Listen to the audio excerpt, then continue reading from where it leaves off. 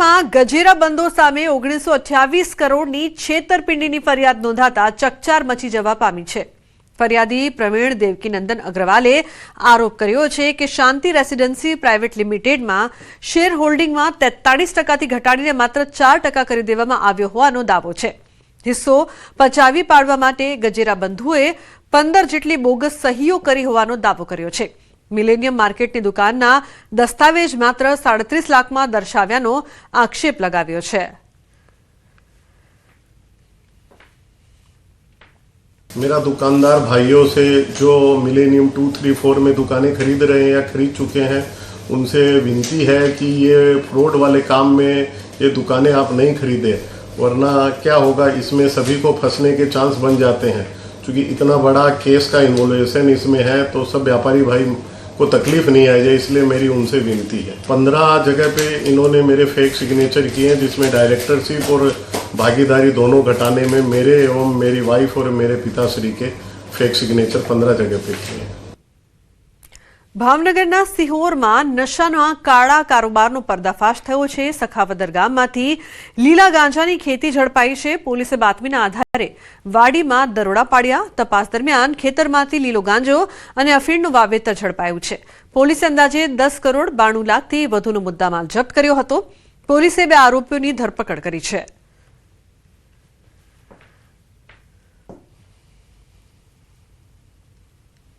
બે આરોપી એટલે ઘનશ્યામ અને સંજય ચૌહાણ આ લોકોની પોતાની જે મિલકત હતી ખેતર હતા આમાં 3 વીઘાની જમીન ઉપર આ લોકો જે છે અફીણ અને ગાંજાના જે છે વાવેતર કરતા હતા।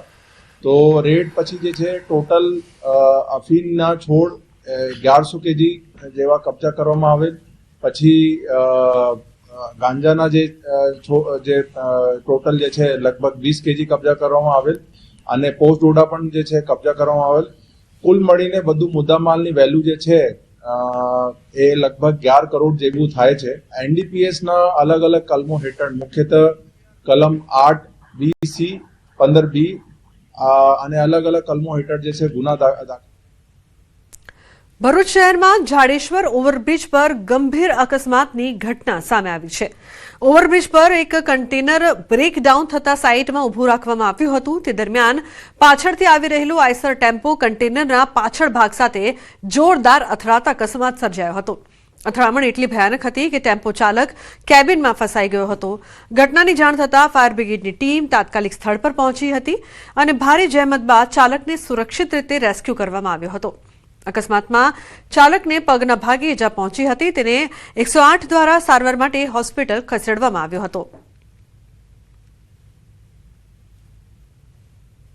જાડેશ્વર ચોકડી ઉપર એક ગાડીમાં ડ્રાઈવર ફસાયેલો અને જોઈ ત્યારે સિચ્યુએશન બહુ ગંભીર હાલતમાં હતી। કન્ટેનરની પાછળ આઈસર ગાડી છે તે ડ્રાઈવર ખૂબ જ પોલાની રીતે ફસાયેલો હતો। તે અમે રાત મહેનત બાદ ડ્રાઈવરને જીવિત બહાર કાઢ્યો, રેસ્ક્યુ કર્યો। રાજ્યમાં આગામી 26 ફેબ્રુઆરીથી ધોરણ 10 અને 12 બોર્ડની પરીક્ષા શરૂ થવાની છે, જેના લીધે રાજ્યભરમાં 140 સ્ટ્રોંગ રૂમ તૈયાર કરવામાં આવ્યા છે। અમદાવાદમાં 12 સ્થળે સ્ટ્રોંગ રૂમ બનાવવામાં આવ્યા છે। તમામ સ્ટ્રોંગ રૂમ સીસીટીવીથી સજ્જ કરવામાં આવ્યા છે।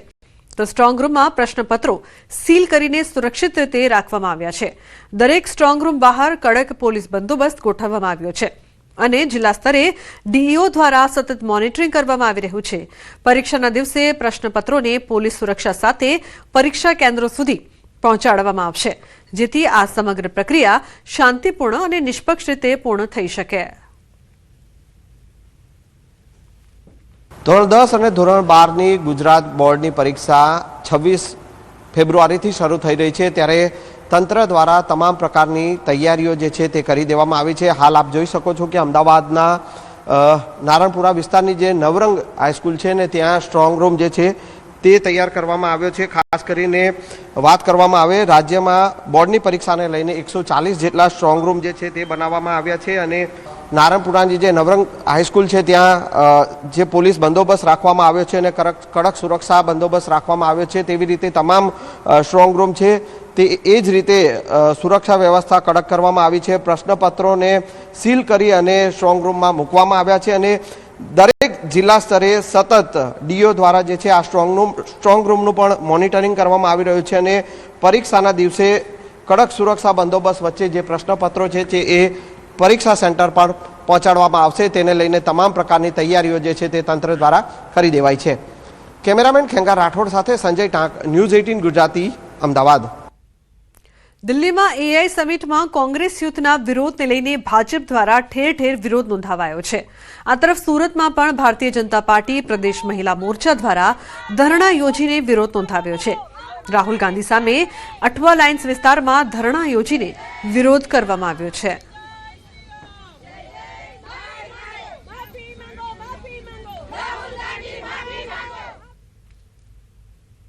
તો સુરેન્દ્રનગરના મૂળી તાલુકાના ગઢાત ગામે રાજુ કરપડાની અધ્યક્ષતામાં ખેડૂતો દ્વારા સ્વખર્ચે કિસાન ક્રાંતિ સભાનું આયોજન કરવામાં આવ્યું હતું, જેમાં મૂળી, ચોટીલા અને થાન સહિત સમગ્ર જિલ્લામાંથી મોટી સંખ્યામાં ખેડૂતો ઉમટી પડ્યા હતા।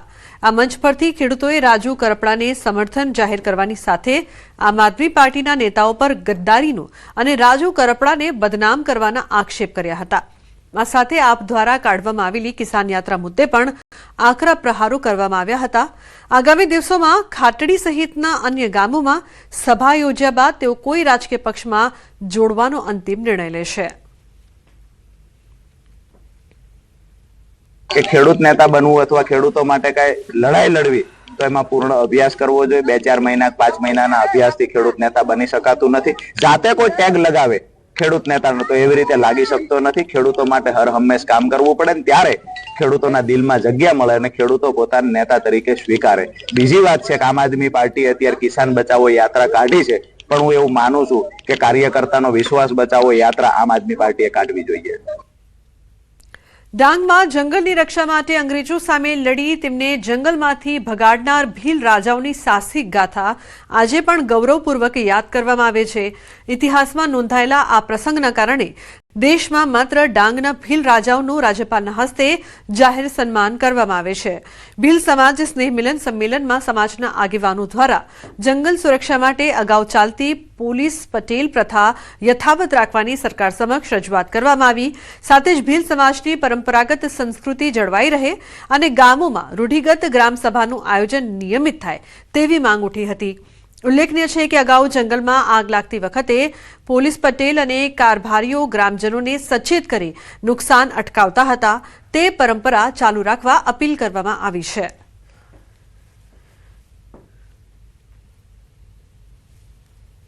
જે પોલીસ પટેલ કારભારીઓ એ અમારા ડાંગના પોલીસ પટેલ કારભારી ગામ ગામમાં રહે અને કોઈ પણ નાની મોટી ઝઘડો ટંટો થાય અને ગામમાં ને ગામમાં સુલેહ શાંતિ થાય અને પોલીસ પટેલને પૂછ્યા વગર પોલીસ સ્ટેશનમાં નહીં આવે, ફરિયાદ ખોટી ના કરે, એના માટે અમે પોલીસ પટેલ કારભારીને પણ ભેગા કર્યા હતા।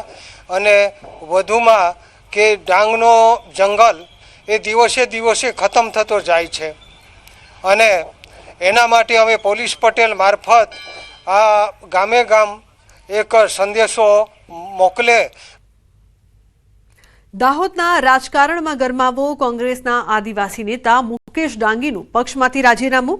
10 વર્ષથી ઝાલોદ કોંગ્રેસમાં વિવિધ હોદ્દાઓ પર તેઓ કાર્યરત હતા। સમાજના કાર્યોમાં વધુ ધ્યાન આપવા માટે કોંગ્રેસ પક્ષ છોડ્યો। આદિવાસી હક અને અધિકારની લડત માટે પક્ષમાંથી રાજીનામું આપ્યું તો પાર્ટીમાં રહી આદિવાસી સમાજના હક અધિકાર માટેની લડતમાં ધ્યાન ઓછું રહેતા નિર્ણય લેવામાં આવ્યો। હવે સામાજિક આગેવાન રહીને જનતાના કાર્યો કરવાની ઈચ્છા તેમણે વ્યક્ત કરી છે। દિલ્હી મુંબઈ કોરિડોર જેવી લડતોમાં સમાજનું હિત જોવાની પણ વાત કરી છે।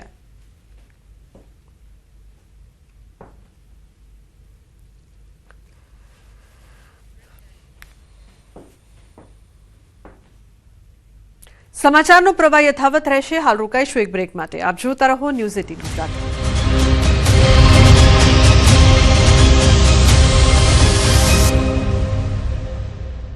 26 ફેબ્રુઆરી રાજ્યના અનેક જિલ્લાઓમાં ખાબકેલા કમોસમી વરસાદ બાદ 3 દિવસ પછી ફરી એકવાર રાજ્યમાં માવઠાએ તબાહી મચાવી છે.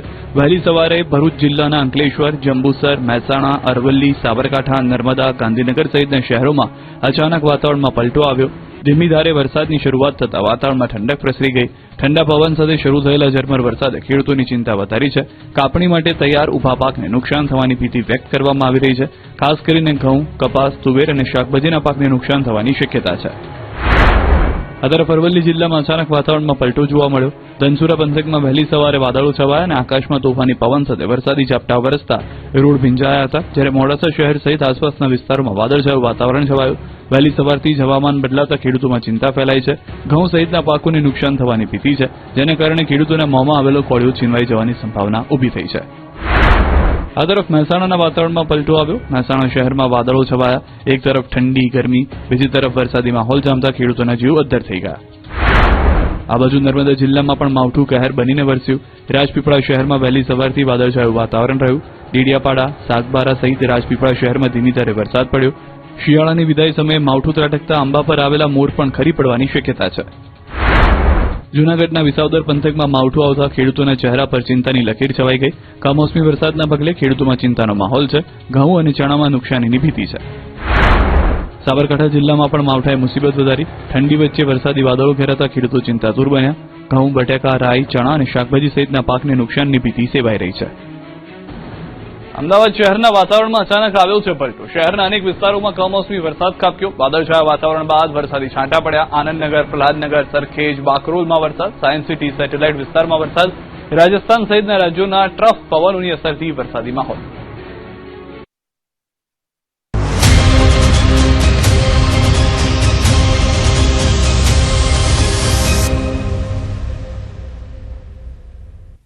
દિયોદરના કોટડા ગામે આંગણવાડી કેન્દ્ર બહાર બાળકીઓને આપવામાં આવતું સંજીવની દૂધ કચરાના ઢગલામાંથી મળી આવતા ભારે ચકચાર મચી છે. બાળકોના પોષણ માટે આવતું આ દૂધ વેડફાઈ જતા વાલીઓમાં રોષ ફાટી નીકળ્યો છે.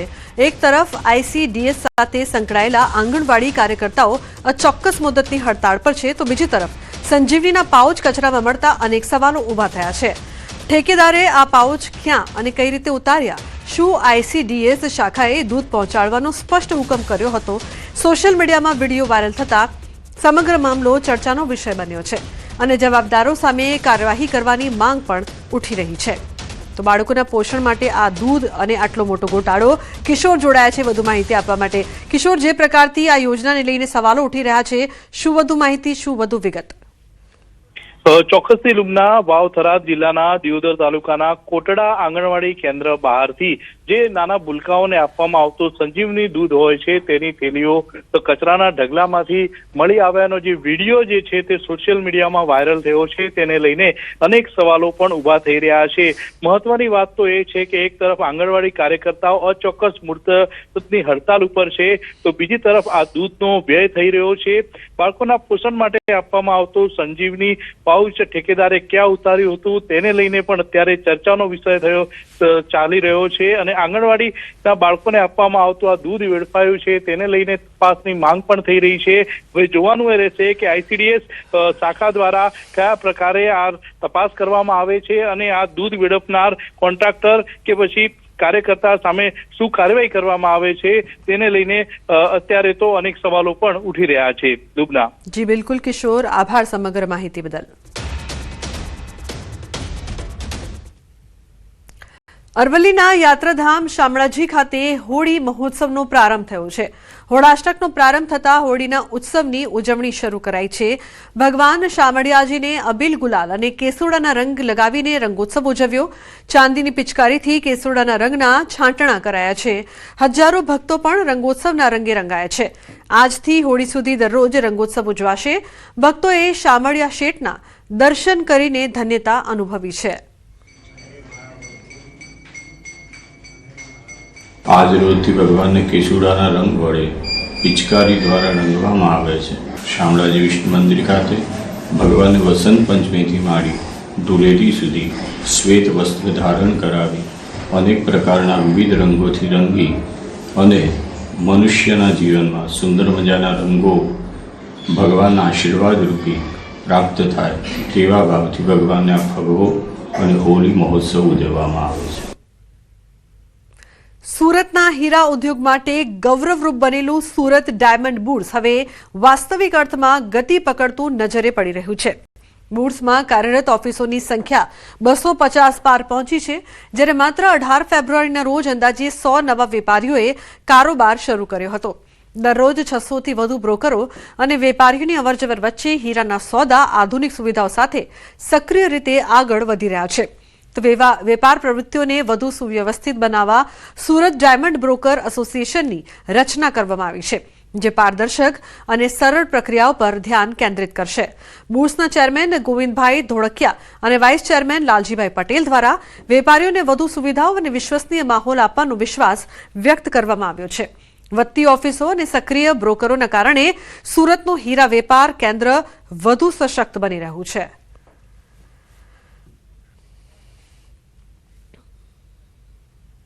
અમદાવાદમાં ધમકી ભર્યા ઈમેલ્સને લઈને ડીઈઓનું નિવેદન સામે આવ્યું છે. ધમકીઓ અંગે તમામ કેન્દ્ર સંચાલકોને અપાઈ છે સૂચના. કોઈ અજાણી વ્યક્તિ શાળામાં ન પ્રવેશે તેવી સૂચના આપવામાં આવી છે. ધમકીભર્યો ઈમેલ મળે તો પોલીસનો સંપર્ક કરવો. પરીક્ષા કેન્દ્રનું સીસીટીવીથી મોનિટરિંગ થશે. પરીક્ષા કેન્દ્ર પર ચુસ્ત પોલીસ બંદોબસ્ત ગોઠવાશે. તો સુરક્ષાને લઈને દરરોજ પરીક્ષા કેન્દ્રની કરાશે ચકાસણી. વાલીઓ કે વિદ્યાર્થીઓએ ગભરાવાની જરૂર નથી. પોલીસની સૂચનાથી જ નિર્ણય લેવામાં આવશે.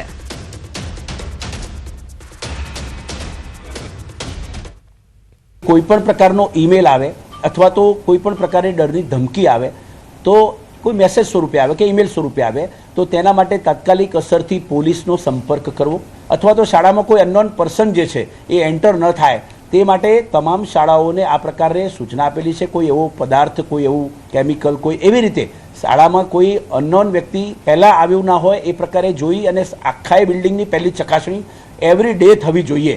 કદાચ પરીક્ષા દરમિયાન પણ આવી કોઈ પણ પ્રકારની અફવા આવે તો અમે એ બાબતે સજ્જ છીએ. અમારું પોલીસ તંત્ર, વહીવટી તંત્ર પણ સજ્જ છે. વિદ્યાર્થીઓની સુરક્ષા એ પ્રાથમિકતા છે. રાજ્યમાં 26 ફેબ્રુઆરીથી ધોરણ 10 અને 12 બોર્ડની પરીક્ષા શરૂ થવાની છે. બોર્ડ પરીક્ષા માટે તડામાર તૈયારીઓ ચાલી રહી છે.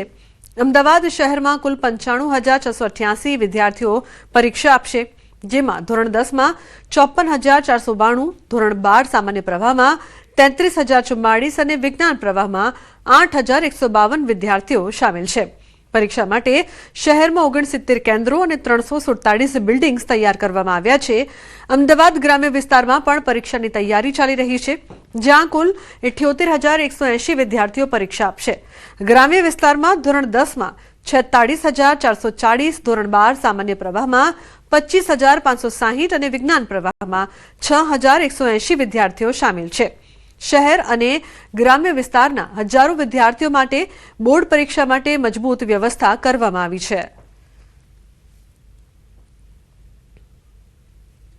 ગુજરાત માધ્યમિક અને ઉચ્ચતર માધ્યમિક શિક્ષણ બોર્ડની પરીક્ષા આગામી 26/2/26 ગુરુવારથી શરૂ થનાર છે. સ્ટાફની નિમણૂક હોય, સ્ટાફની ટ્રેનિંગ હોય, સાથે સાથે તમામ બિલ્ડિંગ જે છે સીસીટીવી કેમેરાથી સજ્જ છે.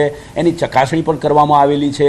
આરોગ્ય વિષયક સેવાઓ માટે પણ કેન્દ્ર સંચાલકોને જે સૂચનાઓ આપેલી છે અને કિટ ફર્સ્ટ એડની તમામ બિલ્ડિંગમાં મુકાઈ જાય તે પ્રકારનું આયોજન કરવામાં આવેલું છે. તમામ બિલ્ડિંગ જ્યાં પરીક્ષા લેવાની છે ત્યાં પણ પૂરેપૂરી વ્યવસ્થા ગોઠવવામાં આવી છે. આપણા 8 ઝોન અંતર્ગત 264 બિલ્ડિંગ છે. એમાં 78,180 જેટલા વિદ્યાર્થી એસએસસી HSCની પરીક્ષા આપવાના છે. તમામ કેન્દ્રો જે છે એ ખૂબ સજ્જ છે અને જે આપ વાત કરો છો કે કોઈ પણ પ્રકારના ઈમેલ ભયવાળા મળે છે તો એના માટે પણ અમે સમગ્ર તૈયારી અમારી બોર્ડની સૂચના મુજબ કરી લીધી છે. ધરમપુરમાં વિશ્વ કક્ષાનું સર્પ સંશોધન કેન્દ્ર શરૂ થતાં સમગ્ર દેશનું ધ્યાન આકર્ષાયું છે. વલસાડ જિલ્લાના આ કેન્દ્રમાં દેશભરના 460થી વધુ અત્યંત ઝેરી સાપોનું સંવર્ધન કરવામાં આવી રહ્યું છે અને તેમનું ઝેર વૈજ્ઞાનિક પદ્ધતિથી એકત્રિત કરીને એન્ટી વેનમ ઇન્જેક્શન બનાવવા માટે પાવડર તૈયાર કરવામાં આવી રહ્યો છે. આ કામગીરી WHOની ગાઈડલાઈન મુજબ ચાલી રહી છે. 39 વર્ષથી સર્પદંશના દર્દીઓની સારવાર અને સંશોધન સાથે જોડાયેલા ડોક્ટર DC પટેલ આ પ્રોજેક્ટમાં મહત્વની ભૂમિકા ભજવી રહ્યા છે. ટૂંક સમયમાં ગુજરાતમાં જ region specific anti Vennam injection તૈયાર થશે, જેના કારણે સર્પદંશથી થતા મૃત્યુદરમાં નોંધપાત્ર ઘટાડો થવાની આશા વ્યક્ત થઈ રહી છે.